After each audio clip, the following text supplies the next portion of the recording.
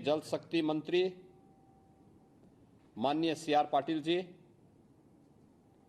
राज्य मंत्री जल शक्ति मंत्रालय भारत सरकार माननीय श्री V सोमन्ना जी, उत्तर प्रदेश सरकार में मंत्रिमंडल के मेरे सहयोगी प्रदेश के जल शक्ति मंत्री श्री स्वतंत्र देव सिंह जी, सचिव पेयजल और स्वच्छता विभाग भारत सरकार श्री अशोक के मीना जी, उत्तर प्रदेश के अपर मुख्य सचिव ग्रामीण जलापूर्ति एवं नमामि गंगे श्री अनुराग श्रीवास्तव जी,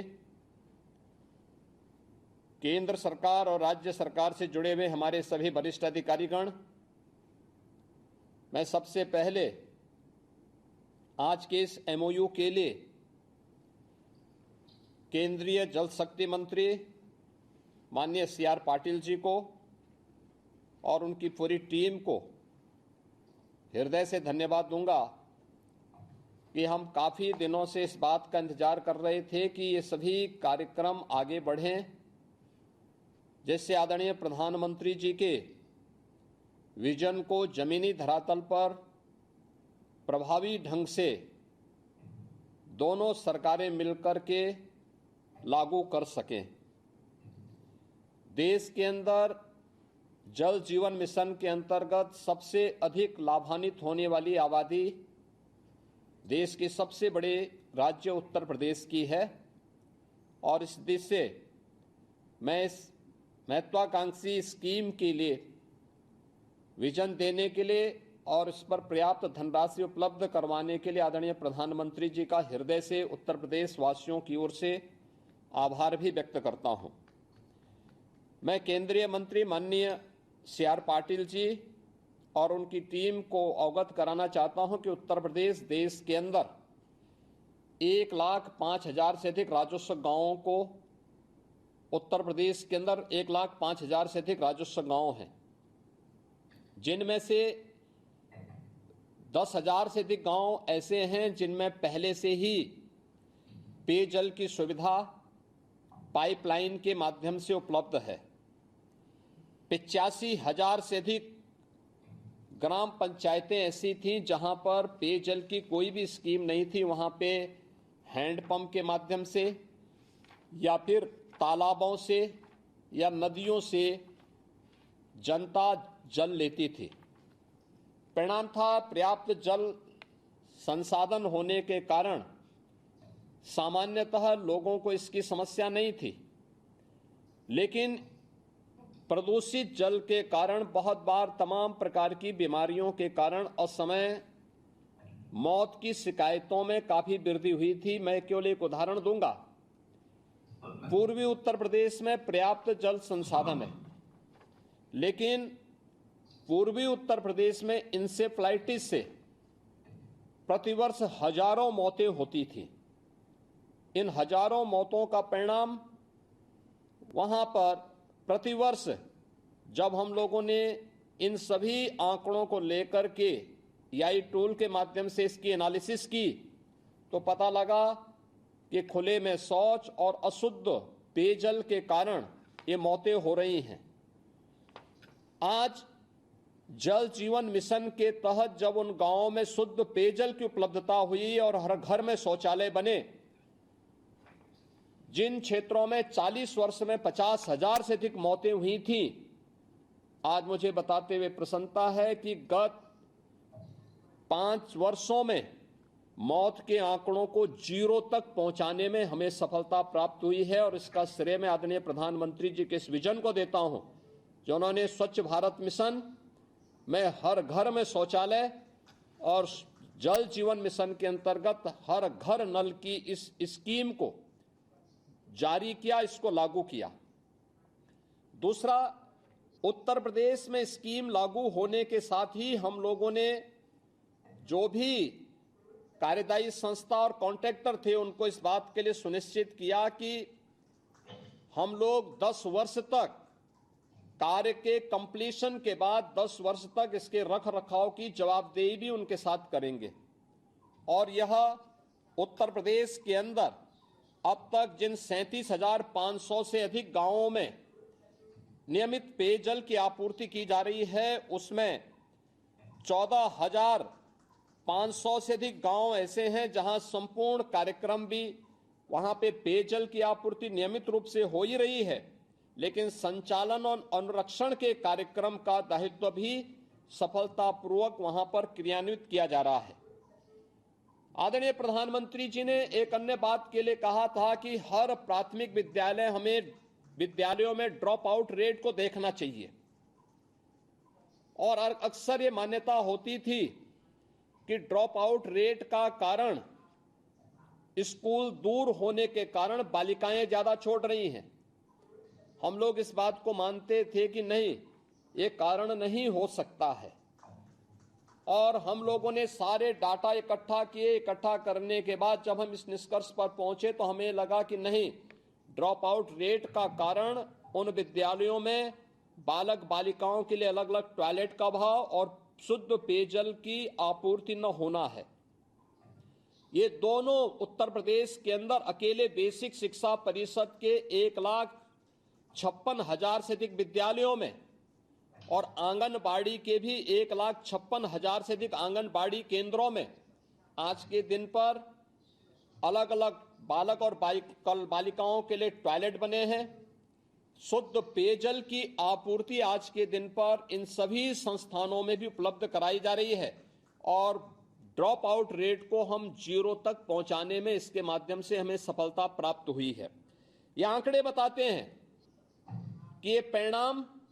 आज उत्तर प्रदेश के अंदर स्वास्थ्य के क्षेत्र में और शिक्षा के क्षेत्र में, जो किसी भी व्यवस्था की एक महत्वपूर्ण कड़ी होती है, वो अत्यंत महत्वपूर्ण है। उत्तर प्रदेश के अंदर हम लोगों की प्रारंभ में ये मान्यता थी कि हम केवल बुंदेलखंड और बिंद क्षेत्र, जहां पर जल का अभाव है, बुंदेलखंड के सूखे में और बिंद के क्षेत्र के पठारी क्षेत्र में केवल ये स्कीम लागू होनी चाहिए। और थर्ड फेज में हम लोग इस बात के लिए तैयार थे कि हम लोग जैसे गंगा के तटवर्ती क्षेत्रों में आर्सेनिक से जुड़े हुए क्षेत्र हैं, बलिया से लेकर के प्रयागराज तक, यमुना से जुड़े हुए क्षेत्र में प्रयागराज से लेकर के मथुरा तक, इस बेल्ट में फ्लोराइड के कारण तमाम प्रकार की समस्याएं खड़ी हो रही थी। थर्ड फेज में हम उन क्षेत्रों को लेना चाहते थे, लेकिन 2023 में भारत सरकार ने इसके बारे में कहा कि नहीं, किसी भी स्थिति में हमारा प्रयास होना चाहिए कि पेयजल की स्कीम के अंतर्गत एक साथ उन सभी गांवों को लिया जाए जहां पे पेयजल की सुविधा नहीं उपलब्ध, अब तक पाइप पेयजल की स्कीम नहीं है, और इसी के तहत 85,000 से अधिक राजस्व गांवों को उसके साथ जोड़ा गया है, जिसमें सफलतापूर्वक सारी स्कीम क्रियान्वित हुई है। मुझे प्रसन्नता इस बात की है, और मैं बार बार इस बात का पक्षधर रहा हूं कि जो भी कार्य उत्तर प्रदेश के अंदर हो रहे हैं या किसी भी राज्य में हो रहे हैं, एक ज्वाइंट टीम बननी चाहिए जो उसका इंस्पेक्शन करे और उसके अनुसार उसका भुगतान करके ये सुनिश्चित करें कि ये अगले 10 वर्ष तक इन योजनाओं को सफलतापूर्वक क्रियान्वयन करने का काम संबंधित ग्राम पंचायत को, कॉन्ट्रैक्टर को और कार्यदायी संस्था को निर्वहन करना होगा। और आज वह दिन आया है जब हम लोग इस स्कीम के साथ जुड़ रहे हैं, और मैं माननीय केंद्रीय मंत्री श्री CR पाटिल जी को, श्री B सोमन्ना जी को भी आमंत्रित करूंगा कि वह जो उत्तर प्रदेश के वे क्षेत्र हैं जो कभी सूखे क्षेत्र माने जाते थे, खासतौर पर बुंदेलखंड और बिंद क्षेत्र में, मैं कल स्वयं भी बिंद क्षेत्र में मिर्जापुर में गया था, और मिर्जापुर में मैंने स्वयं इस स्कीम की तमाम योजनाओं के बारे में और वहां की स्कीम की समीक्षा भी वहां पर की थी। मुझे आश्चर्य होता है कि हर व्यक्ति इस बात को स्वीकार करता है कि हाँ साहब, पेयजल हमारे यहां पहुंचा है। रोड कटिंग की समस्या कुछ क्षेत्रों में आई है, क्योंकि जुलाई 24 से अभी तक कोई धनराशि उन क्षेत्रों में नहीं गई, तो जो योजनाएं अधूरी थी वहां पे पाइप पेयजल की स्कीम के तहत जो पाइपलाइन बिछाई गई थी उसमें कुछ जगह समस्याएं आई हैं। इधर हम लोगों ने राज्य से कुछ धनराशि जल शक्ति विभाग को उपलब्ध करवाया और कहा कि भाई आप जब तक केंद्र सरकार से पैसा आता है, जिन योजनाओं में 90 से 95% काम हो चुका है, वहां पर आप उनको कार्यों को पूरी तरह अनुरक्षण के साथ जोड़िए, सफलतापूर्वक वहां पे पेयजल उपलब्ध करवाइए और केंद्र सरकार से पैसे की प्रत्याशा में आप उन योजनाओं को क्रियान्वित करके आगे बढ़ाइए।